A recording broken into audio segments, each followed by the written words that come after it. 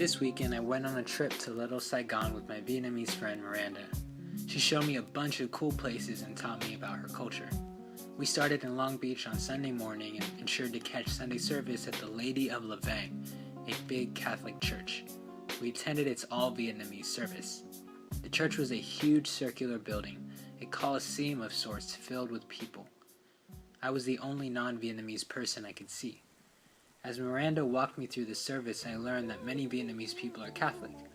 Their spiritual tradition and religious history is very rich and special. I learned that this was one way French colonization transformed the religious climate of the nation. After service, Miranda and I got pretty hungry, so we decided to go get food. And where better to go than the Asian Garden Mall?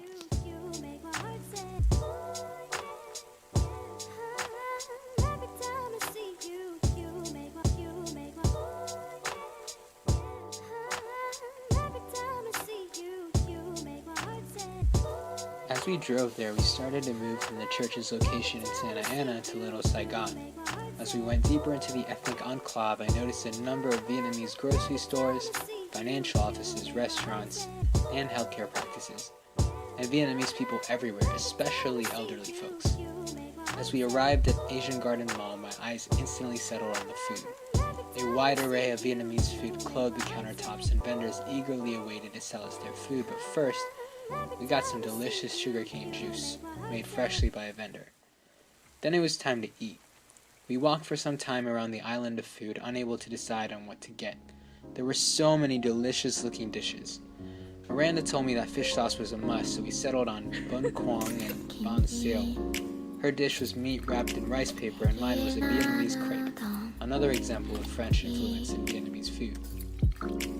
As we ate our meal, I asked Miranda a ton of questions about her life, upbringing, culture, and family. I learned that she likes the respect that's present in Vietnamese culture for authority. She told me all about the time she'd come to the mall growing up. As a young person, Miranda's story is very unique as well.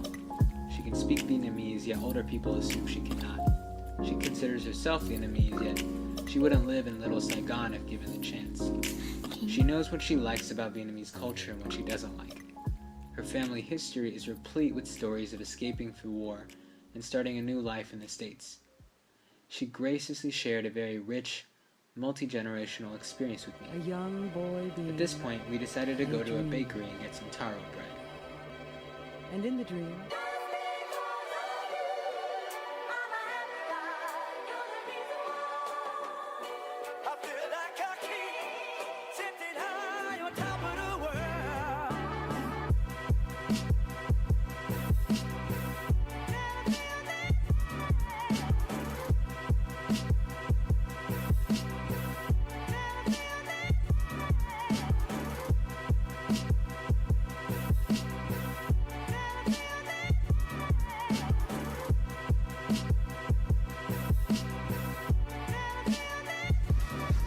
After window shopping the many toys and trinkets, the traditional Vietnamese clothing and jewelry, and more, we decided to check out news agencies in Little Saigon, Nuol Viet and Saigon TV.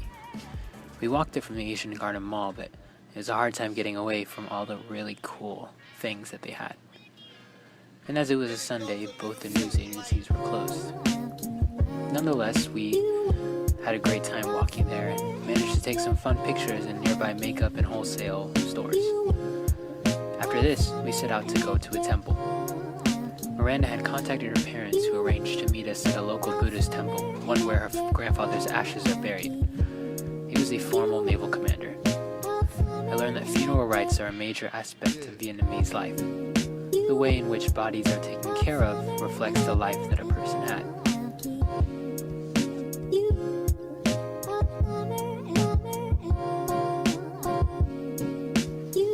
After going to the wrong temple, we finally managed to find the right one, a former restaurant being renovated into a temple. It was one where her parents were at.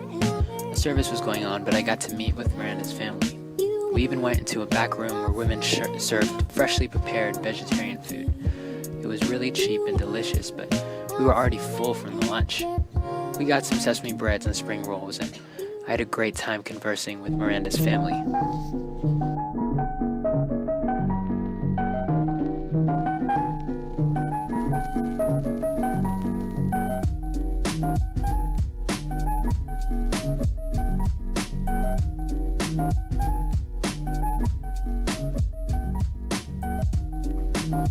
After leaving the temple, we visited the Vietnam War Memorial and discussed the mixed and rough history that it tells. The Vietnam War is very fascinating to me. American involvement, the American media, the communist regime, and the Vietnamese refugees that fled in waves after, some of whom came and built Little Saigon. The memorial was really fascinating and very touching.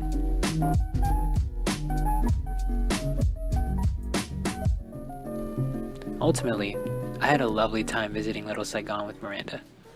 She allowed me into her culture and took me as a guide through all the pieces and facets of life in Little Saigon. I learned a lot. I had a great time, and thanks to this class, I hope to continue my journey into Vietnamese culture for the years to come.